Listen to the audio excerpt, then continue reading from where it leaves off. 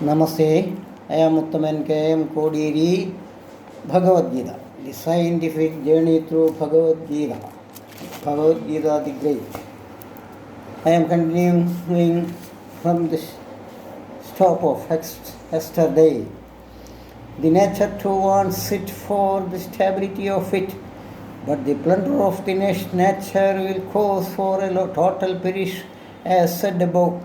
It will be a great work for any person to do all the actions beneficial for the safety of the nature.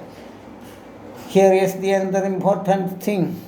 If a man do a work not beneficial to the nature or any other livelihoods, but being his duty, it will be great and prosperous for him. For example, the duty of an executioner is to kill the man punished by the justice or by the law of the nation. It is never a crime or injustice before the nature or God, because the punishment comes only for a bitter crime. On the other hand, the justice or ruler of the democracy cannot hang culprit. They can give orders by law of the nation. There can be seen several political parties in a democracy. Tight competition too will be seen to capture the administration. Some leaders of violating parties will encourage their volunteers or followers to attack or kill some important persons for the victory of their party. Then the volunteer must obey the order of the leader. Thus, it will not go to the credit of the killer. It will be beneficial to the leader to accept all the fallbacks sin of the same, because it was the duty of a volunteer or a follower of a party to obey the order of the leader. It may or may not be beneficial to the public or party, but the total injustice is done to the person who fell to death. Moreover, here the leaders are the sole culprit in front of God or the nature, but the killer can earn salvation as he has done his duty. The leader has aroused a criminal method of politics in a democratic nation. He will be or must be punished by the law, by the nature, or by God or people.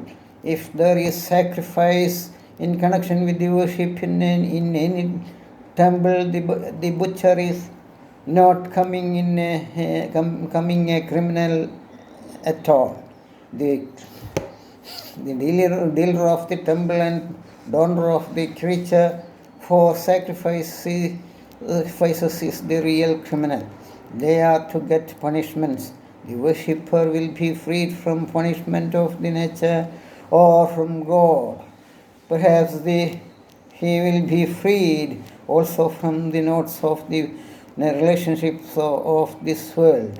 Here it is clear that anyone must do his duty determined by the authority or perhaps by the nature's need or determined by God. The circumstances occurs to each duties. Anyone will hesitate in seeing a prostitute, but the same man in this group will go to her in some occasions. Anyhow, she will be a subject of talks, but talk among any group, but nobody will think or consider the situations of promoting her as a prostitute. Some may have fallen by the interest of anyone. Somebody may be deceived by pretending love. Some of them may have sheltered after becoming the victim of for raping.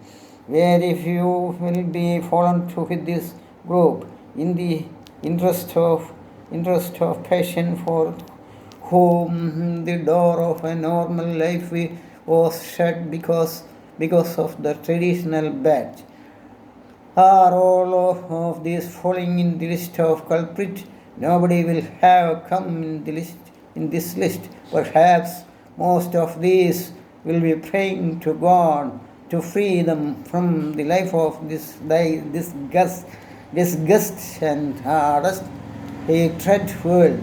The nature and the authority of this universe know their life and the circumstances and allow them the supreme salvation.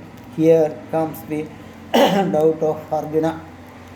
Oh Lord, who is compelling whose compellings do a man lead to do this sin even though he does not like it to do it? It is a bold doubt against the compelling of Krishna to Arjuna or setting him for the war, quoting the moral justifications of the duty. The answer, as direction given by Krishna, was the redundant hatred or the main enemy of anyone. Dear Arjuna, how does fire being covered by smoke? How does the child being covered by the afterbirth? The same way the knowledge is covered by this ardent and hatred. This was mentioned in the former